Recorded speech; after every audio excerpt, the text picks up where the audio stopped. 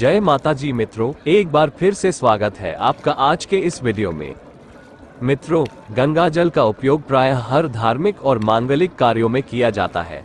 जन्म से मृत्यु तक के सभी संस्कारों में गंगा जल से शुद्धिकरण की आवश्यकता को शास्त्रों में वर्णित किया गया है।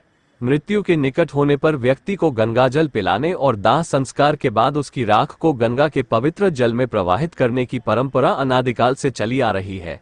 धार्मिक दृष्टि से गंगा पापों का नाश कर मोक्ष देने वाली, मंगलकारी और सुख समृद्धि देने वाली, कामनाओं को पूरा करने वाली देवी है।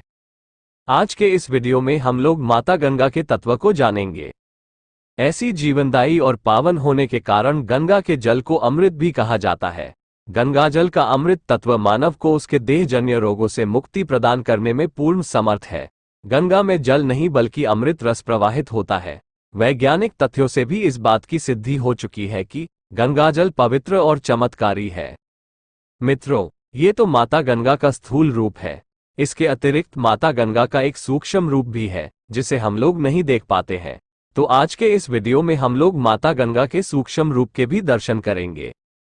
तो मित्रों, वीडियो पूरी और ध्यान से देखिएगा, सुनिएगा और समझिएगा। लेकिन मित्रों, वीडियो में आगे बढ़ने से पहले आपसे एक अनुरोध करना चाहूंगा कि वीडियो को लाइक और शेयर कीजिएगा, और अगर आप चैनल पर नए हैं तो चैनल को सब्सक्राइब कर बेल आइकॉन प्रेस कर ऑल सेलेक्ट कर लीजिएगा, जिससे आने वाली वीडियो की सूचना आपको सबसे पहले मिले। इस चैनल से आपको बिना बनावट के सही और सटीक जानकारी दी जाती है।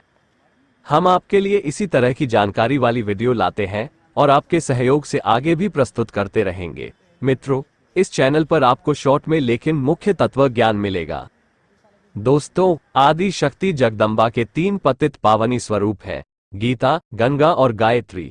ये तीनों ही अपने शरण आए हुए का उद्धार कर देती हैं। इनमें से गायत्री और गंगा के बिना किसी भी जीव के जीवन की कल्पना भी नहीं की जा सकती।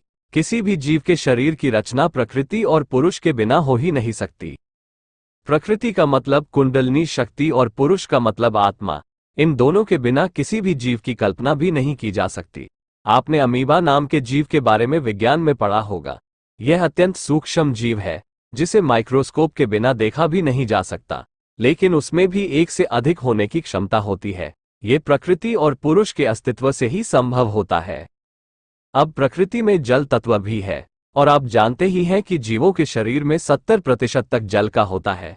अब आप समझ लीजिए कि माता गंगा जल तत्व रूप से आपके अंदर भी विराजमान है और हर पल आपका हित कर रही हैं, और बाहर भी स्थूल रूप से आपका हर तरह से कल्याण करने के लिए निरंतर गतिशील है, जो अपने लाडलों के लिए बिना किसी भेदभाव से अपनी आंचल फैलाए हुए रहती हैं।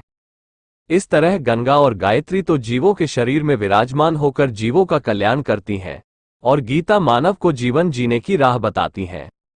दोस्तों, मैं कई बार कह चुका हूं कि इस सृष्टि की आदि शक्ति माता ही है, लेकिन उन्होंने ममता के कारण पुरुष शक्ति को जगत के संचालन के लिए आगे बढ़ाया।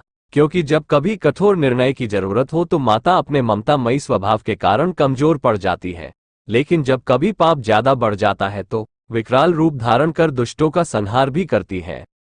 दोस्तों, अब आप माता गंगा के सूक्ष्म स्वरूप को भी समझ गए होंगे। दोस्तों, वैज्ञानिकों का मानना है कि गंगाजल में जीवाणुभोजी की उपस्थिति की वजह से गंगाजल में कीड़े पनप नहीं पाते। भारतीय ऋषि महर्षियों को गंगा के वैज्ञानिक महत्व एवं अद्भुत प्राकृतिक संरचना का ज्ञान था। इसी कारण गीता और अन्य शास्त्र पुराणों में गंगा को भारतीय संस्कृति का प्राण बताया है। भारतीय जनमानस में गंगा को परब्रह्म, निर्विकार, निराकार, पापहारिणी और सच्चित आनंद का प्रतीक माना जाता है। वे जीवन पोषण की पूर्णता है तो पूर्ण मुक्ति दाता भी है। आध्यात्मिक अवधारणा भी यह है कि परब्रह्म परमात्मा ही गंगाजल के रूप में भारतवर्ष में अवतरित है। जल ही जीवन है, जल के बिना जीवन की कल्पना नहीं की जा सकती है। मानव शरीर पंचतत्वों से बना है। पंचतत्वों में जीवन के विकास के लिए जल एक अनिवार्य तत्व है। इसलिए ऋषि मुनियों ने जल की पवित्रता और संरक्षण को अनादिकाल से महत्वपूर्ण माना। इसी परंपरा का वृहद रूप है गंगा और गंगाजल। भारत की संस्कृति है गंगा। गंगा मात्र नदी ही नहीं, एक संस्कृति है, क्योंकि भारत की संस्कृति नदियों के किनारे ही विकसित हुई। गंगा नदी भारतवासियों के विचार, व्यवहार, धर्म, कर्म और परंपरा में हमेशा प्रवाहित होती रहती है। गंगा का प्रवाह वह जीवन धारा है जो सदा सबके कल्याण के लिए प्रवाहित होते रहती है। गंगा जल का धार्मिक महत्व ही नहीं, वैज्ञानिक महत्व भी है। गंगा अपने उद्गम स्थल से लेकर मैदानों में आने तक प्राकृतिक स्थानों, वनस्पतियों से होकर प्रवाहित होती है, जिसके कारण इसके जल में औषधीय गुण समाहित हो जाते हैं। वैज्ञानिक ये भी मानते हैं कि गंगाजल में कुछ ऐसे जीव होते हैं जो जल को प्रदूषित करने वाले विषाणुओं को नष्ट कर देते हैं। गंगाजल में बैक्टीरियोफेज पाया जाता है, जो हानिकारक सूक्ष्म जीवों को जीवित नहीं रहने देते। पुराणों के अनुसार देव दानव द्वारा किए गए समुद्र मंथन से निकले हलाहल विष से सृष्टि को बचाने के लिए देवाधिदेव महादेव ने उस विष को अपने कंठ में समाहित कर नीलकंठ कहे गए। इसलिए इस विष की ज्वाला को शांत करने के लिए आज भी भगवान शिव पर गंगा जल चढ़ाने की परंपरा विद्यमान है। शास्त्रों में गंगा को मोक्षदायिनी और पापनाशिनी माना गया है। महाभारत में गंगा को सर्वश्रेष्ठ तीर्थ बताया है। तो मित्रों, आशा है कि आप समझ गए होंगे कि माता गंगा सूक्ष्म रूप से हम सबके अंदर भी विराज कर पल पल हमारी रक्षा कर रही हैं। आपका जीवन मंगलमय हो, इसी शुभकामना के साथ आपसे विदा लेते हैं। हम फिर मिलेंगे एक और वीडियो में एक और जानकारी के साथ। आप वीडियो को अपना प्यार जरूर दीजिएगा। धन्यवाद। शुभमस्तु।